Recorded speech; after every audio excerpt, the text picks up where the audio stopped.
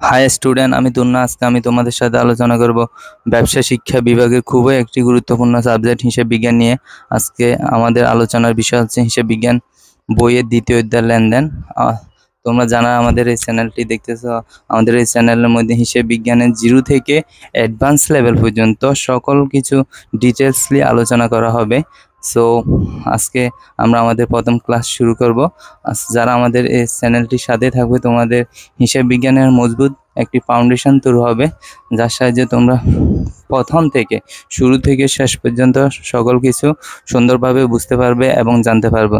তো আশা করছি তোমরা সবাই আমাদের সাথে থাকবে। সো আজকে আমরা আমাদের প্রথম ক্লাসটি শুরু করতে যাচ্ছি। আজকে আমাদের আলোচনার বিষয় হচ্ছে দ্বিতীয় অধ্যায় লেনদেন।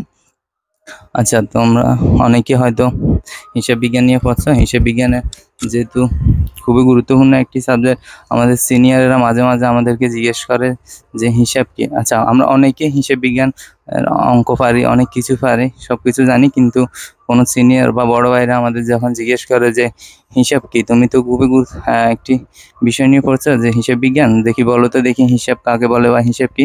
আচ্ছা, তোমাদের আমি একটি রিসেন্টলি ঘটনা বলি। বিসিএস ভাইভাতে এক সিনিয়র আপুকে জিজ্ঞেস করা হয়েছিল যে হিসাব কি। আপুটি কিন্তু পারে না, পরবর্তীতে নার্ভাস হয়ে গিয়েছিল। তো আমাদেরকেও যাতে কেউ জিজ্ঞাসা করলে আমরা যাতে না পারি, এই কারণে তোমরা আজকে আমাদের সাথে যারা এই ক্লাসটি দেখছো তারা অবশ্যই শিখতে পারবে যে হিসাব কি, ঘটনা ও লেনদেন কি, ঘটনা ও লেনদেনের মধ্যে পার্থক্য কি। আচ্ছা, আমরা অনেকে আছি যারা কি ঘটনা চিনতে পারি, লেনদেন কাকে বলে চিনতে পারি, কিন্তু কেউ জিজ্ঞাসা করলে ঘটনা কাকে বলে বা লেনদেন কাকে বলে, এগুলো আমরা আনসার দিতে পারি না। সো আজকে তোমরা যারা আমাদের সাথে থাকবা তারা অবশ্যই এসব বিষয় নিয়ে আর কখনো তোমাদেরকে সমস্যার মধ্যে পড়তে হবে না। আজকে আমরা সব কিছু ডিটেলসে আলোচনা করবো এবং তোমরা সব কিছুই সুন্দরভাবে বুঝতে ও জানতে পারবে। ঠিক আছে, তাহলে শুরু করা যাক। হিসাব কি?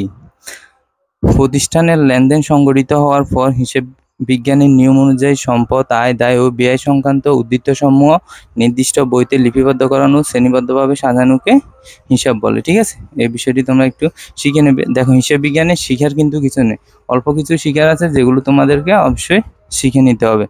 ঠিক আছে, আজকে আমরা তোমাদের কিছু কিছু তাড়াতাড়ি পড়া আয়ত্ত করার জন্য কিছু থেরাপি পদ্ধতি বলে দেব, যাতে তোমরা সহজে পড়াগুলো মনে রাখতে পারো। ঠিক আছে, তো দুই ঘটনা ও লেনদেনের মধ্যে পার্থক্য দেখো।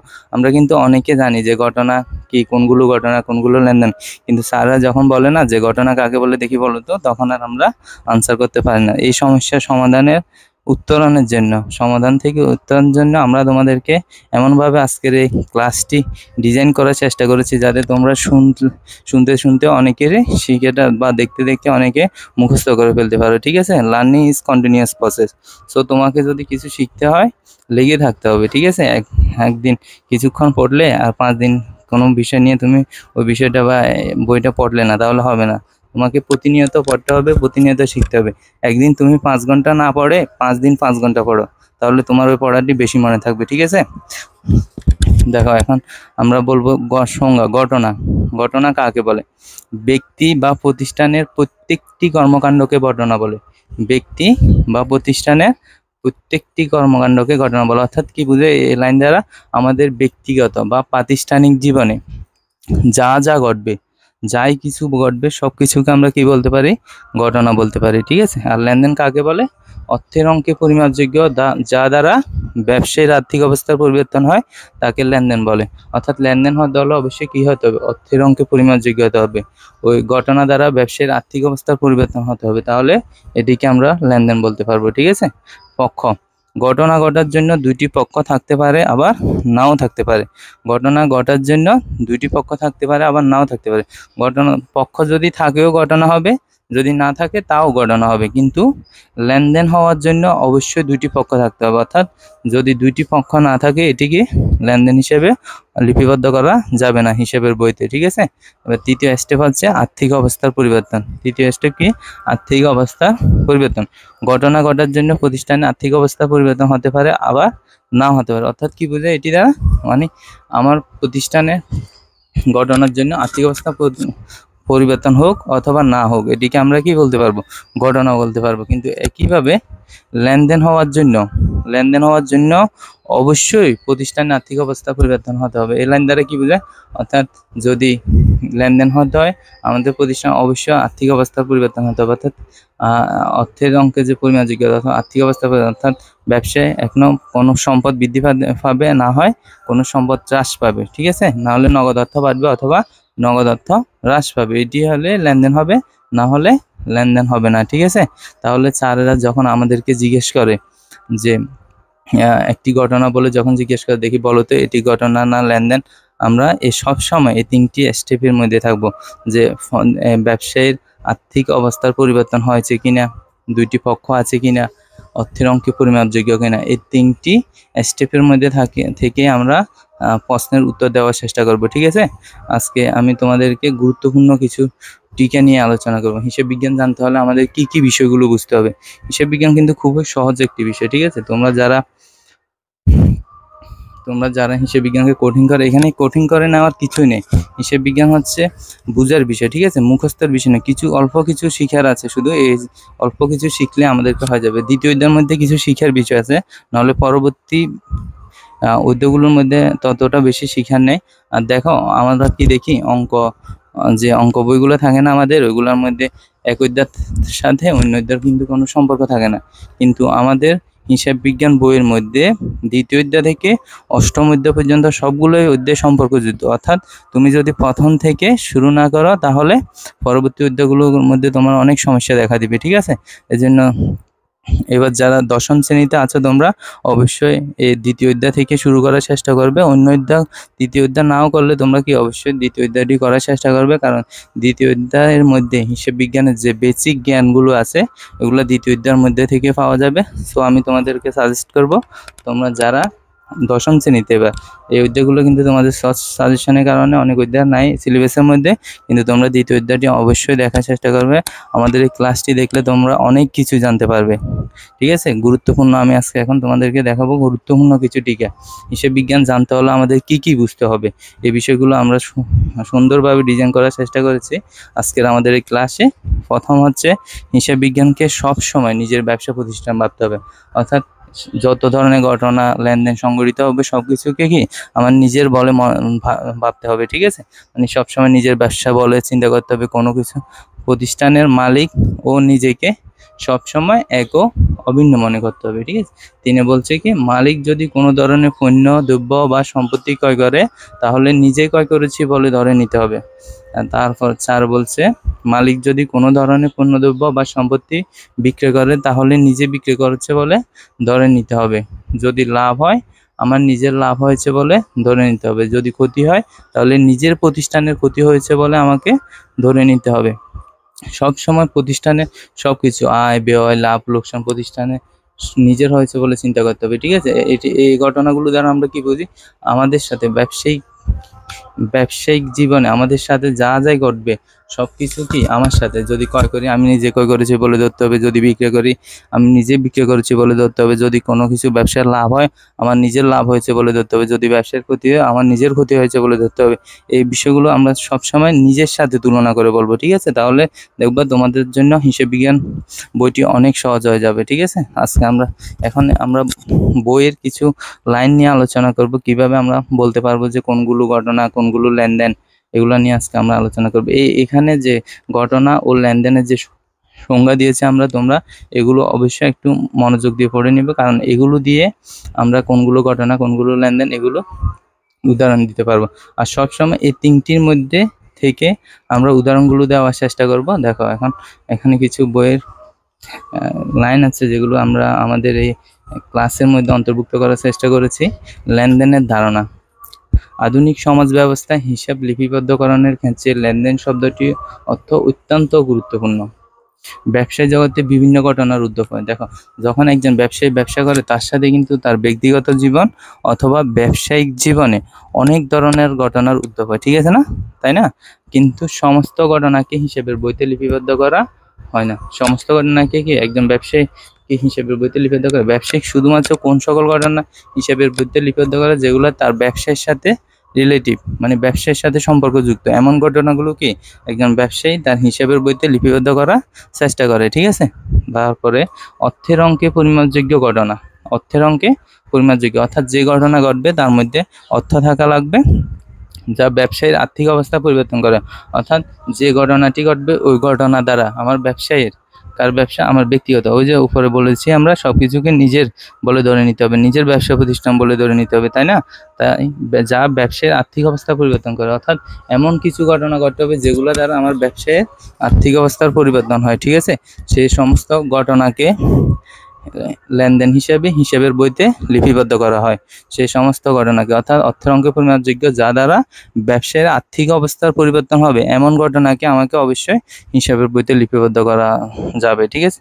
তার উদাহরণস্বরূপ বলা যেতে পারে সীমান্ত ট্রেডার্সের 5,000 টাকা দিয়ে অফিসের জন্য একটি আলমারি ক্রয় করলেন। উদাহরণস্বরূপ বলা যেতে পারে কি, সীমান্ত ট্রেডার্স 5,000 টাকা দিয়ে অফিসের জন্য একটি আলমারি ক্রয় করলেন। দেখো, অফিসের জন্য যে আমি একটি আলমারি ক্রয় করে নিয়ে এসেছি, এর ফলে আমার কি সৃষ্টি হয়েছে, আমার প্রতিষ্ঠানে আলমারি নামক যে সম্পত্তিটা আছে ওই সম্পত্তিটা বৃদ্ধি পেয়েছে, এবং এই আলমারি ক্রয় করার ফলে আমার থেকে কি চলে গিয়েছে, নগদ অর্থ চলে গিয়েছে, ঠিক আছে? তাহলে আমি এটিকে কি লেনদেন হিসেবে বলতে পারি। কেননা কিভাবে আমি বলবো, এখন যখন স্যার আমাদেরকে বলে যে সীমান্ত ট্রেডার্স থেকে 5,000 টাকা দিয়ে অফিসের জন্য একটি আলমারি ক্রয় করা হয়েছে, এটি কি লেনদেন?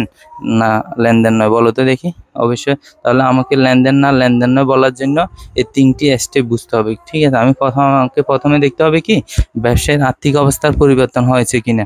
যেহেতু আমি 5,000 টাকা দিয়ে আসবাবপত্র ক্রয় করে নিয়ে এসেছি একটি আলমারিকে আসবাবপত্র হিসেবে ধরা হয়। এগুলো নিয়ে আমরা পরবর্তীতে আলোচনা করব। তোমরা আমাদের পরবর্তী ক্লাসগুলো দেখলে অবশ্যই বুঝতে পারবে আলমারি কেন আসবাবপত্র। এগুলো অনেক কিছুই আছে আসবাবপত্র হিসেবে, যেমন আলনা, আলমারি, খাট, সোফা, শোকেস, টেবিল, চেয়ার, এগুলো আসবাবপত্রের মধ্যে অন্তর্ভুক্ত হয়। আচ্ছা, এখন বলবো যে ব্যবসায়ের আর্থিক এই লেনদেনটা থেকে তোমরা অবশ্যই বোঝার চেষ্টা করবে যে কি 5,000 টাকা যেহেতু একটি আসবাবপত্র অর্থাৎ আলমারি ক্রয় করা হয়েছে, এর ফলে ব্যবসায়ের আর্থিক অবস্থা পরিবর্তন হয়েছে কিনা, দুইটি পক্ষ আছে কিনা, অর্থের অঙ্কে পরিমাপযোগ্য কিনা। যে আসবাবপত্র ক্রয় করা হয়েছে এখানে এই ঘটনাটি লেনদেনের মধ্যে অর্থের অঙ্ক আছে, দুইটি পক্ষ আছে। এক পক্ষ হচ্ছে কি আমার যে আলমারিটা ক্রয় করে নিয়ে আসছে আলমারি, আরেক পক্ষ হচ্ছে কি নগদ অর্থ। তার মানে কি এখানে দুইটি পক্ষ আছে, এই লেনদেন ঘটনাটি অর্থের অঙ্কে পরিমাপযোগ্য, আবার এই ঘটনা দ্বারা আমার ব্যবসায়ের আর্থিক অবস্থা পরিবর্তন হয়েছে, তাই এটি একটি লেনদেন হিসাবে ধরা যাবে, ঠিক আছে? তাহলে এটিকে আমরা কি একটি লেনদেন হিসেবে বলতে পারি। এই যে দেখো, এই যে সীমান্ত ট্রেডার 5,000 টাকা দিয়ে অফিসের জন্য একটি আলমারি ক্রয় করলেন। দেখবা পরবর্তীতে আবার এই লাইনগুলাই লিখেছে বইয়ের মধ্যে। আবার দোকান থেকে ফেরার পথে প্রতিষ্ঠানের মালিক দুর্ঘটনা আহত হলেন। আচ্ছা দেখো, দোকান থেকে ফেরার পথে প্রতিষ্ঠানের মালিক যদি দুর্ঘটনায় আহত হয়, তাহলে আমার ব্যবসার কি কোনো আর্থিক অবস্থা পরিবর্তন হয়েছে? এই ঘটনাটিকে অর্থের অঙ্কে পরিমাপযোগ্য না। এই ঘটনার ফলে কি আর্থিক অবস্থা, ব্যবসার আর্থিক অবস্থা পরিবর্তন হয়েছে? না। দুইটি পক্ষ আছে? না। তার মানে এটা কি লেনদেন হিসেবে লিপিবদ্ধ করা যাবে না, এটি একটি কি শুধু ঘটনাই থাকবে। দেখো, এই আমি যে এগুলো বলেছি না, এগুলোই নিচে আবার লিখেছে বইয়ের মধ্যে। দেখো, উল্লেখিত দুটি ক্ষেত্রে ঘটনার জন্ম হলো, কিন্তু প্রথমটি যেহেতু অর্থের দ্বারা পরিমাপযোগ্য, ওই যে প্রথম ঘটনা এটি যে সীমান্ত ট্রেডার্স থেকে 5,000 টাকা অফিসে আলমারি ক্রয় করেছে, এই ঘটনাটি যেহেতু অর্থের দ্বারা পরিমাপযোগ্য এবং ব্যবসায় আর্থিক অবস্থার পরিবর্তন করেছে, সেজন্য প্রথম ঘটনাটিকে লেনদেন, সেজন্য প্রথম ঘটনাটি লেনদেন। কিন্তু দ্বিতীয় ঘটনায় যেহেতু আর্থিক সংশ্লিষ্টতা নেই, অর্থাৎ দেখো দ্বিতীয় ঘটনার মধ্যে কি দোকান থেকে যে ফেরার পথে মালিক দুর্ঘটনায় আহত হয়েছে, এই যে এখানে দোকান থেকে ফেরার পথে প্রতিষ্ঠানের মালিক দুর্ঘটনায় আহত হয়েছে, এখানে কোনো আর্থিক সংশ্লিষ্টতা নেই, অর্থাৎ কোনো অর্থ নেই, ঠিক আছে? এবং ব্যবসায়ের আর্থিক অবস্থার কোনো পরিবর্তন হয়নি, অর্থাৎ দোকান থেকে ফেরার পথে মালিক দুর্ঘটনা আহত হওয়ার কারণে আমার ব্যবসায়ের কোনো লাভ, লোকসান, ক্ষতি অথবা কোনো ধরনের পণ্যদ্রব্য অথবা সম্পত্তি এর সাথে জড়িত অথবা আর্থিক কোনো পরিবর্তন হয়নি, সেহেতু দ্বিতীয় ঘটনাটি ব্যবসায়ের লেনদেন হিসেবে লিপিবদ্ধ করা হবে না, ঠিক আছে? লেনদেন শব্দটির আবিধানিক অর্থ হলো গ্রহণ ও প্রদান। লেনদেন অর্থাৎ লেনদেন হতে হলে কি এক পক্ষ দিবে, এক পক্ষ নিবে, অর্থাৎ এক পক্ষ পাবে, এক পক্ষ দিবে, এরকম হতে হবে, না হলে এটিকে কি হিসেবে লেনদেন হিসেবে লিপিবদ্ধ করা যাবে না, ঠিক আছে? লেনদেন চিহ্নিত করো। আচ্ছা দেখো, আমরা এখানে কিছু লেনদেন ও ঘটনা উল্লেখ করেছি, যেগুলো এখন আমরা বুঝবো যে কিভাবে লেনদেন হবে, কিভাবে লেনদেন নয়, ঠিক আছে? আমাদের হিসাব বিজ্ঞান বইয়ের মধ্যে যাই আছে সব কিছুকে আমরা দেখো অনেকেই বলতে পারি না যে কোনগুলো ঘটনা, কোনগুলো লেনদেন, ঠিক আছে? তো তোমরা অনেকে এতক্ষণে হয়তো বুঝছো যে কখন লেনদেন হবে, কখন ঘটনা হবে। আমি আরেকটু সহজ করে বলার চেষ্টা করি তোমাদেরকে। আমাদের হিসাব বিজ্ঞান বইয়ের মধ্যে প্রথম পৃষ্ঠা থেকে শেষ পৃষ্ঠা পর্যন্ত যতগুলো লেনদেন অর্থাৎ লেনদেন আছে, যাই আছে সব কিছুকে, অর্থাৎ প্রথম থেকে শেষ পর্যন্ত সব কিছুকে আমরা কি বলতে পারবো? ঘটনা বলতে পারবো। মানে যা দেখবো এটা কি ঘটনা, জি ঘটনা, এটা কি ঘটনা, জি ঘটনা, মানে যাই আছে এভরিঅল সব কিছুকে আমরা কি বলতে পারবো? ঘটনা বলতে পারবো। কিন্তু প্রত্যেক ঘটনাকে কি বলা যাবে না? লেনদেন বলা যাবে না। লেনদেন হতে হলে কি কি লাগবে আমাদের? ওই যে এখানে বলে দিয়েছি যে লেনদেন হতে হলে আমাদের এই বিষয়গুলো লাগবে, যে ব্যবসার আর্থিক অবস্থা পরিবর্তন হয়েছে কিনা, দুইটি পক্ষ আছে কিনা, অর্থের অঙ্কে পরিমাপযোগ্য কিনা, এগুলো লাগবে। এগুলোর সাহায্যে আমরা বলতে পারবো যে কি, যে ঘটনাটি ঘটেছে এটি কি লেনদেন, লেনদেন নয়। ঠিক আছে, এখন আমরা একইভাবে সবগুলো উদাহরণ আমরা একইভাবে বলার চেষ্টা করবো এবং একইভাবে উত্তর দেওয়ার চেষ্টা করবো। ঠিক আছে, এখন আসো, কোনো ঘটনার লেনদেন এবং কোন ঘটনার লেনদেন নয় তার নিচে কয়েকটি উদাহরণের সাহায্যে বোঝানো হলো। সোহেল এন্টারপ্রাইজে 2017 সালের জানুয়ারি মাসে নিম্নলিখিত ঘটনাগুলি সংঘটিত হয়েছে। দেখো, 50,000 টাকা মূল্য নিয়ে ব্যবসা আরম্ভ করো। আচ্ছা দেখো, আমার ব্যবসা করার ইচ্ছা আছে, তাহলে প্রথম দিন অর্থাৎ ব্যবসা শুরু করব, প্রথম দিন আমি কিন্তু ব্যবসায়ীর থেকে অর্থ নিয়ে ব্যবসা শুরু করতে পারবো না। ঠিক আছে, আমাকে অবশ্যই কি করতে হবে? নিজের ব্যক্তিগত অর্থ অথবা বন্ধু বান্ধব অথবা আত্মীয় স্বজন থেকে লোন নিয়ে অথবা ব্যাংক থেকে লোন নিয়ে কি আমাকে ব্যবসা শুরু করতে হবে। ঠিক আছে, তাই না? এখন কি দিয়েছে প্রশ্নের মধ্যে? বলছে যে কি 50,000 টাকা মূলধন নিয়ে ব্যবসা আরম্ভ করা হলো। আচ্ছা, 50,000 টাকা মূলধন নিয়ে ব্যবসা আরম্ভ করার ফল, অর্থাৎ আমি যখন নিজের ব্যক্তিগত অর্থ ব্যবসায় নিয়ে আসি, তাহলে আমার ব্যবসায় কিন্তু কি ধরো 0 টাকা ছিল, কিন্তু আমি যখন নিজের অর্থ 50,000 টাকা ব্যবসায় নিয়ে এসেছি, নিয়ে আসার কারণে আমার কি ব্যবসায় নগদ অর্থ 50,000 টাকা বৃদ্ধি পেয়েছে, ঠিক না? তাহলে ব্যবসায় কি আর্থিক অবস্থা পরিবর্তন হয়নি?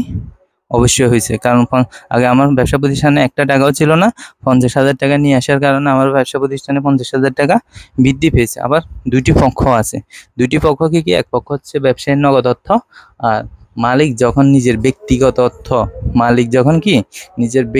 অর্থ ব্যবসায় নিয়ে আসে, ওই সমস্ত হিসাবের জন্য মূলধন হিসাবে লিপিবদ্ধ করতে হয়। ঠিক আছে, অর্থাৎ মালিক, এখন দেখো এই যে 50,000 টাকা, এগুলো কার টাকা? এগুলোকে আমি পণ্যদ্রব্য ক্রয় অথবা বিক্রয়ের মাধ্যমে নিয়ে এসেছি না, এগুলা কি আমার ব্যক্তিগত অর্থ ছিল, আমি ব্যবসা শুরু করার জন্য এই 50,000 টাকা ব্যবসায় নিয়ে এসেছি। ঠিক আছে, তাহলে এগুলো আমার ব্যক্তিগত অর্থ। মালিকের ব্যক্তিগত অর্থ যখন ব্যবসায় নিয়ে আসা হয়, ওই সমস্ত হিসাবের জন্য মূলধন হিসাবে লিপিবদ্ধ করতে। আচ্ছা, এখন আমাদের পক্ষগুলো লেনদেন না লেনদেন নয় এটা জানার জন্য পক্ষগুলো চিনার প্রয়োজন নাই, শুধু বলবো যে কি এখানে দুইটি পক্ষ আছে। ঠিক আছে, এগুলো নিয়ে আমরা পরবর্তী ক্লাসগুলোতে ডিটেলসে আলোচনা করব। তোমরা পরবর্তী ক্লাসগুলো দেখলে অবশ্যই বুঝতে পারবে পক্ষ বলতে কি বোঝায়, পক্ষ কিভাবে সৃষ্টি হয়, কিভাবে পক্ষ গঠিত হয়, পক্ষ নিয়ে কিন্তু আবার জাবেদার সৃষ্টি হয়। ঠিক আছে, তোমরা অবশ্যই পরবর্তী ক্লাসগুলোতে জানতে পারবো। এখন আমাদের শুধু বুঝতে হবে কি এখানে দুইটি পক্ষ আছে, এতটুকু বুঝলে আমরা কি লেনদেন না লেনদেন নয় এগুলো আনসার করতে পারবো। ঠিক আছে, তাহলে আমাদেরকে যখন স্যাররা জিজ্ঞেস করা, আচ্ছা আমরা অনেকেই জানি যে 50,000 টাকা দিয়ে ব্যবসা শুরু করা হলো, এটা লেনদেন, কিন্তু যখন স্যাররা বুঝিয়ে বলার জন্য বলে যে কিভাবে লেনদেন হয়েছে একটু বুঝিয়ে বলো, তখন আমরা অনেকেই আনসার করতে পারি না। ঠিক আছে, তো আজকে যারা তোমরা আমাদের এই ক্লাসটি দেখতেছো, অবশ্যই তোমরা জানতে পারবে যে যখন কেউ জিজ্ঞেস করবে যে এটা কিভাবে লেনদেন একটু বুঝিয়ে বলো, তোমরা এই তিনটি উদাহরণের সাহায্যে সবসময় বুঝিয়ে বলবে যে অনেকগুলো লেনদেন না লেনদেনের চেনার জন্য অনেকগুলো স্টেপ আছে। আমরা সবচেয়ে গুরুত্বপূর্ণ 3টি স্টেপ দিয়ে এই ক্লাসটি ডিজাইন করার চেষ্টা করেছি। তোমরা কি বলবে? ব্যবসায়ের আর্থিক অবস্থার পরিবর্তন হয়েছে কিনা, ব্যবসায়ের আর্থিক অবস্থা পরিবর্তন হয়েছে কিনা, দুইটি পক্ষ আছে কিনা, অর্থের অঙ্কে পরিমাপযোগ্য কিনা, এই 3টি বিষয় দিয়ে সবসময় তোমরা কি বুঝিয়ে বলার চেষ্টা করবে। ঠিক আছে, তাহলে আমরা এই ঘটনাটি কিভাবে বলবো? যে 50,000 টাকা মূলধন নিয়ে ব্যবসা আরম্ভ করার ফলে ব্যবসায়ীর আর্থিক অবস্থার পরিবর্তন হয়েছে। এখান থেকে এই 3টি আমাদের একটু শিখে নিতে হবে যে ব্যবসায়ীর আর্থিক অবস্থার পরিবর্তন হয়েছে, দুইটি পক্ষ আছে এবং এই ঘটনাটি অর্থের অঙ্কে পরিমাপযোগ্য, তাই এটি একটি লেনদেন।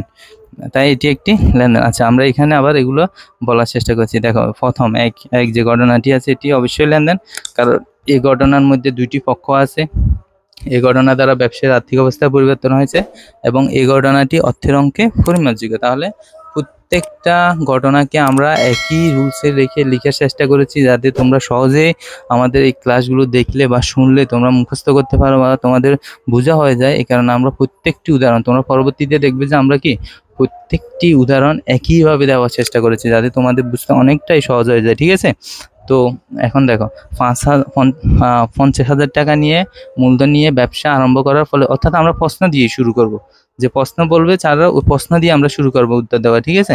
50,000 টাকা মূলধন নিয়ে ব্যবসা আরম্ভ করা ফলে ব্যবসায়ীর আর্থিক অবস্থার পরিবর্তন হয়েছে, দুইটি পক্ষ আছে এবং এই ঘটনাটি অর্থের অঙ্কে পরিমাপযোগ্য, তাই এটি একটি লেনদেন, ঠিক আছে। আমরা সবসময় এই 3টি রুলসের মধ্যে থেকে উত্তর দেওয়ার চেষ্টা করব, তাহলে সুন্দর একটি উত্তর হয়ে যাবে, ঠিক আছে।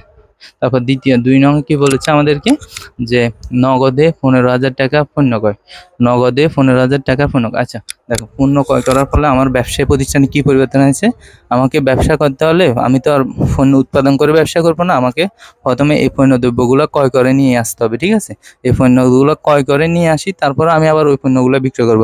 তো এখানে লিখেছে যে কি, নগদে 15,000 টাকা পণ্য ক্রয়, অর্থাৎ নগদে 15,000 টাকার পণ্য ক্রয় করার ফলে দেখো আমার ব্যবসা প্রতিষ্ঠানে কি কি সবসময় আমার নিজের চিন্তা করতে হবে, অর্থাৎ এটি কার ব্যবসা প্রতিষ্ঠান, আমার প্রতিষ্ঠান, সবসময় নিজেকে তুলনা করতে হবে। আমি উপরে বলে দিয়েছি যে হিসাব বিজ্ঞান যা কিছু করবে সবসময় নিজের সাথে তুলনা করবে। ব্যবসা প্রতিষ্ঠান মানে আমার নিজের ব্যবসা প্রতিষ্ঠান, অর্থাৎ এখানে যেহেতু নগদে 15,000 টাকা পণ্য ক্রয় করা হয়েছে, এটি কার জন্য, আমার ব্যবসা প্রতিষ্ঠানের জন্য ক্রয় করা হয়েছে, তাহলে আমার ব্যবসায় আর্থিক অবস্থা পরিবর্তন হয়েছে না হয় না, অবশ্যই হয়েছে, কারণ 15,000 টাকার পণ্য ক্রয় করার ফলে আমার ব্যবসা প্রতিষ্ঠানে পণ্য বেড়ে গেছে এবং এর পাশাপাশি নগদ 15,000 টাকা হ্রাস পাইছে, ঠিক আছে। তাই এখানে দুইটি পক্ষ সৃষ্টি হয়েছে, একটি পক্ষ হচ্ছে পণ্য অর্থাৎ ক্রয়, হিসেব বিজ্ঞান আবার দেখো হিসেব বিজ্ঞানে পণ্য নামে কোনো হিসাব লেখা হয় না, পণ্যের জন্য আমাদেরকে ক্রয় হিসাব লিপিবদ্ধ করতে হয়। এই কারণে কি নগদে 15,000 টাকা পণ্য ক্রয় করার ফলে পণ্য বৃদ্ধি পাইছে প্রতিষ্ঠানে এবং প্রতিষ্ঠান থেকে 15,000 টাকা নগদ টাকা হ্রাস পাইছে, ঠিক আছে। অর্থাৎ এই ঘটনাটি অর্থের অঙ্কে পরিমাপযোগ্য, এখানে অর্থ আছে, তারপর দুইটি পক্ষ আছে, একটা হচ্ছে পণ্য ক্রয় আর একটা হচ্ছে কি নগদ অর্থ। তারপরে এই ঘটনাটি আবার কি ব্যবসার আর্থিক অবস্থা পরিবর্তন হয়েছে, তাই এটিকে লেনদেন বলা যাবে। দেখো এটি উত্তর আমরা কিভাবে লিখেছি, 2 লেনদেন। প্রশ্ন দিয়ে শুরু করব প্রথমে আমরা, ঠিক আছে। নগদে 15,000 টাকার পণ্য ক্রয় করার ফলে ব্যবসায়ীর আর্থিক অবস্থার পরিবর্তন হয়েছে, দুইটি পক্ষ আছে এবং এই ঘটনাটি অর্থের অঙ্কে পরিমাপযোগ্য, তাই এটি একটি লেনদেন। দেখো আমরা প্রথমটি এবং দ্বিতীয়টি একইভাবে লিখার চেষ্টা করেছি, যাতে তোমরা দেখলে বা শুনলে সহজে তোমাদের শিখা হয়ে যায় বা বোঝা হয়ে যায়, ঠিক আছে। এখন 3 দেখো, তিনি কি বলছে, একজন পাওনাদারকে 10,000 টাকা পরিশোধ, একজন পাওনাদারকে 10। আচ্ছা এখন আমরা অনেকেই বুঝি না যে পাওনাদারকে, পাওনাদার অর্থাৎ পাওনাদার হচ্ছে সে যে আমার কাছে, যে কি আমার কাছে বা আমার ব্যবসা প্রতিষ্ঠানের নিকট টাকা পাবে, ঠিক আছে।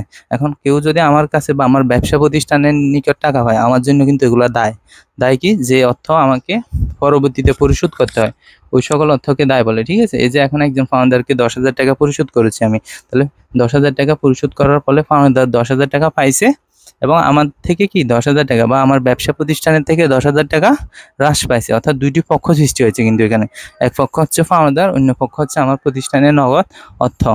তাই এটিকে দুইটি পক্ষ আছে, আবার অর্থের অঙ্কে পরিমাপযোগ্য, আবার এই 10,000 টাকা দেওয়ার কারণে আমার ব্যবসায় আর্থিক অবস্থা পরিবর্তন হয়েছে, অর্থাৎ 10,000 টাকা হ্রাস পাইছে, ঠিক আছে। তাহলে আমরা এটিকেও লেনদেন হিসেবে বলতে পারবো। কিভাবে, আবার একইভাবে লিখার চেষ্টা করেছি, দেখো তোমরা, একজন পাওনাদারকে 10,000 টাকা পরিশোধ করার ফলে ব্যবসায়ীর আর্থিক অবস্থার পরিবর্তন হয়েছে, দুইটি পক্ষ আছে এবং এই ঘটনাটি অর্থের অঙ্কে পরিমাপযোগ্য, তাই এটি একটি লেনদেন। তিনোটা আমরা দেখো, তিনোটার লেনদেন একই স্টেপে একই রুলসে রেখে লেখার চেষ্টা করেছি, কারণ তোমাদের যাতে শুনতে শুনতে মুখস্থ হয়ে যায়। তো তোমরা আমাদের এই ক্লাসটি পড়ে আজকের পরে আমি মনে করি না যে তোমাদেরকে অন্য কোথাও কোনগুলো লেনদেন কোনগুলো ঘটনা, কীভাবে আমরা লেনদেন না ঘটনা এগুলো আনসার করতে পারবে, সহজেই তোমরা জানতে পারবে, ঠিক আছে।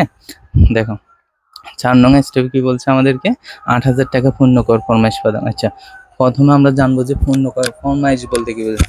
ফরমাইশ, ধরো আমার একটি আসবাবপত্রের প্রয়োজন, আসবাবপত্র, ঠিক আছে। ফরমাইশ আমি তোমাদেরকে বলছি এখন কি ফরমাইশ বলতে কি বোঝায়, ফরমাইশ এই অর্থটি দ্বারা আমরা কি বুঝি। ফরমাইশ, ধরো আমার একটি আসবাবপত্রের প্রয়োজন, একটি খাট প্রয়োজন, ধরো আমি একটি সুন্দর একটি ডিজাইনের খাট প্রয়োজন, আমি একজন কাঠ মিস্ত্রিকে গিয়ে বলেছি যে আমার এই ডিজাইনের মধ্যে একটি খাট প্রয়োজন এত টাকার মধ্যে, ঠিক আছে। ওই কার্পেন্টার বা কাঠমিস্ত্রি বললো যে ঠিক আছে, আপনি পরবর্তী সপ্তাহে এসে আমার থেকে এই ডিজাইনের এত টাকা দিয়ে এই খাটটি নিয়ে যাবেন, ঠিক আছে। আজকে আমি শুধু কি ওকে বলেছি যে আমার এই ডিজাইনের একটি এত টাকার মধ্যে খাট প্রয়োজন, আপনি তৈরি করে দেবেন, ঠিক আছে। আজকে শুধু কি অর্ডার দিয়ে এসেছি, অর্ডার ফরমাইশ কি বলতে বুঝে, আমরা অর্ডার দিয়ে এসেছি। তাহলে এখানে কি আজকে কি আমি ওকে কোনো টাকা দিয়েছি ওই কাঠমিস্ত্রিকে, না ওকে কোনো টাকা দিই নাই, ঠিক আছে, ওর থেকে আমি ওই খাতটিও নিয়ে আসি না, শুধু কি বলছে অর্ডার দিয়ে আসছি যে পরবর্তী সপ্তাহে এত তারিখে এত দিনের মধ্যে আমার এই পণ্যটি বা এই সম্পত্তি আমার প্রয়োজন। ঠিক আছে, তাহলে যেহেতু অর্থের অঙ্কে পরিমাপযোগ্য হয় না, অর্থাৎ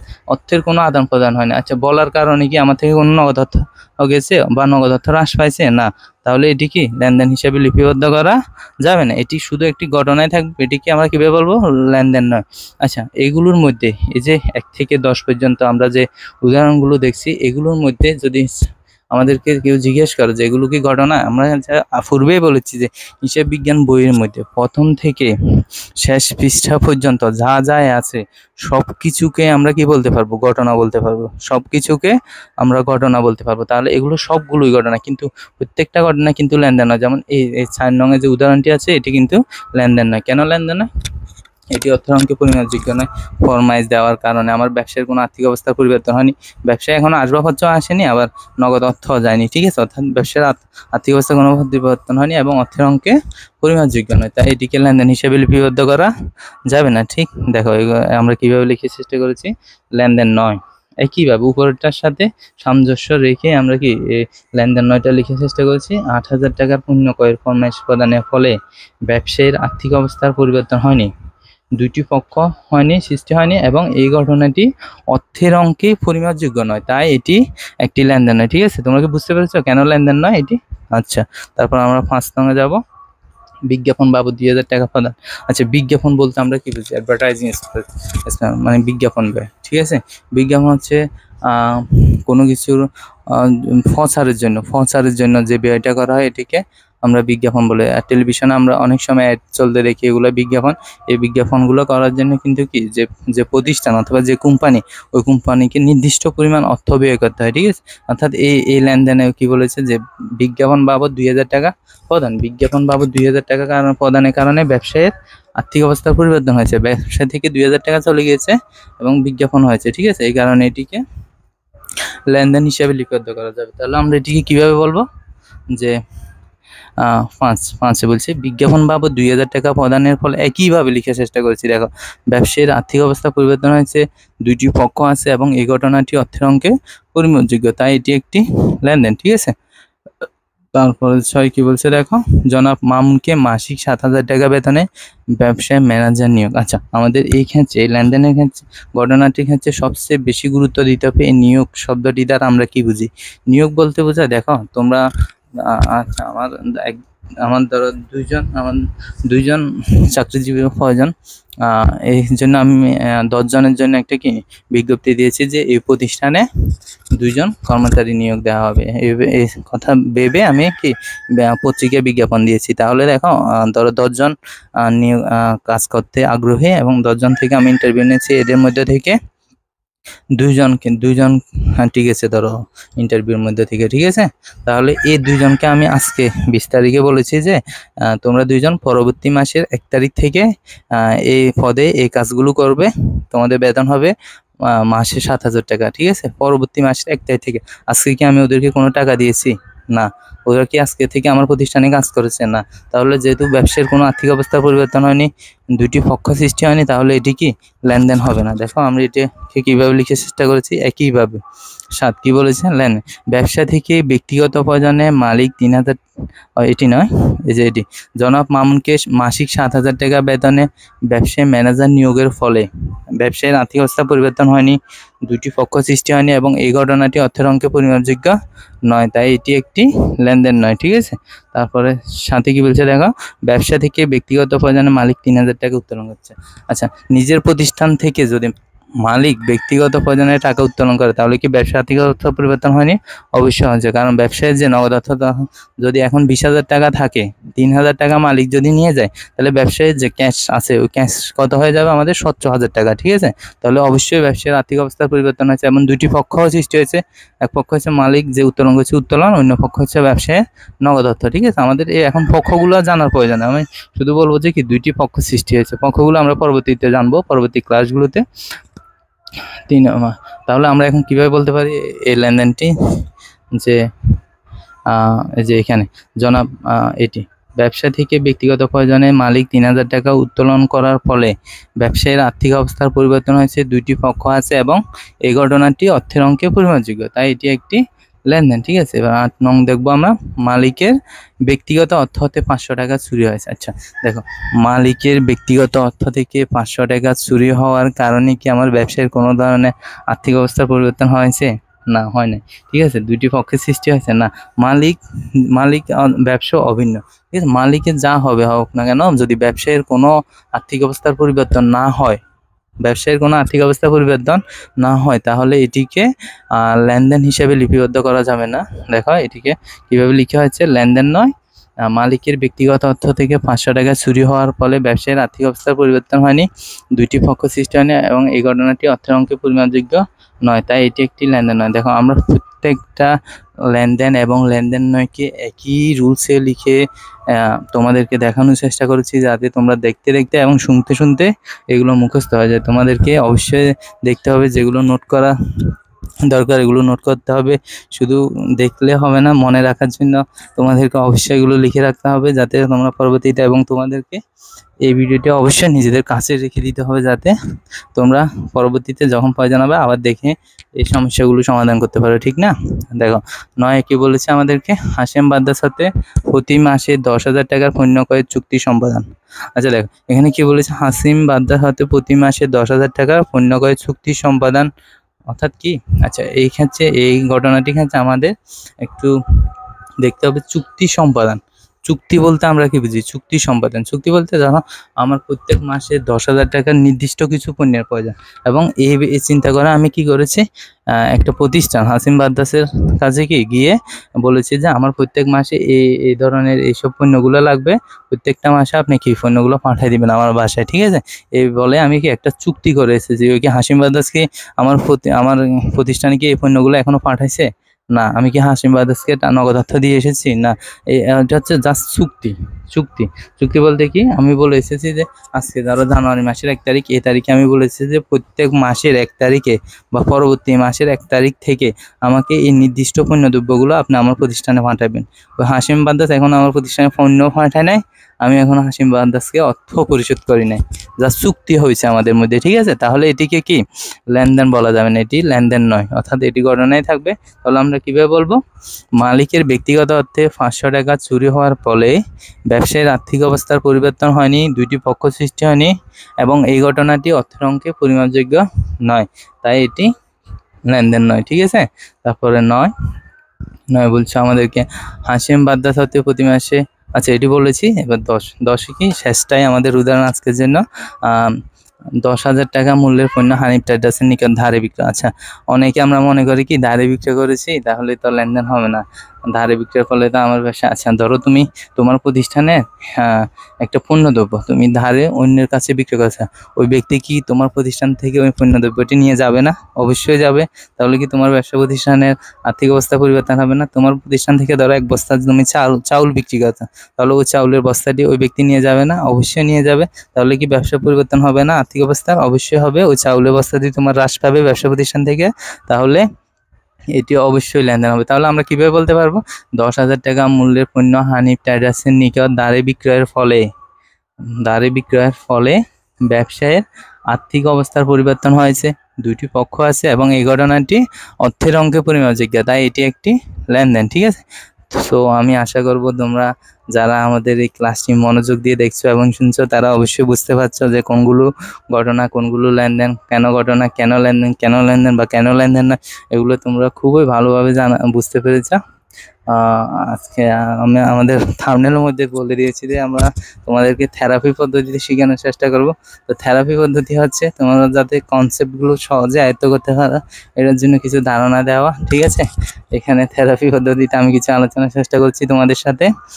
এগুলো হচ্ছে থেরাপি পদ্ধতি। দেখো আমাদের প্রাতিষ্ঠানিক হিসাবের বইতে যা যা লিপিবদ্ধ করা হয়, অর্থাৎ হিসাব বিজ্ঞানের বইয়ের প্রথম পৃষ্ঠা থেকে শেষ পৃষ্ঠা পর্যন্ত